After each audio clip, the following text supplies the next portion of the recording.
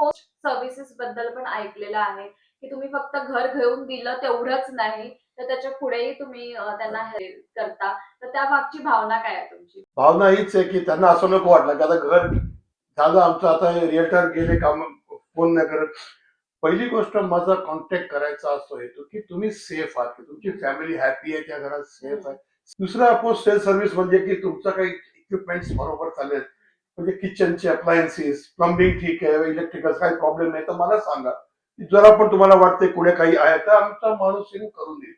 कारण की सगळीच घरं काही नवीन नसतात का, थोडाफार इकडे तिकडे प्रॉब्लेम येऊ शकतो. म्हणजे कधी रकून पण शिरतात कुठे, ते पण लोकांना सांगतात कसं प्रिव्हेंट कराल, लॉन मेंटेनन्स कसं तुम्ही कराल. म्हणजे आता सीझन सुरू झाली आहे, आता आपण स्प्रिंग मध्ये आहोत, मग समर येतोय, अशा बऱ्याचशा गोष्टी आहेत. आणि पोस्टल सर्व्हिसनी फरक पडतो की लोकांना असं वाटतं की नाही हे आपली फॅमिली समजून ते फोन करतात आणि आपल्याला आपल्या फॅमिली सारखे ट्रीट करतायत.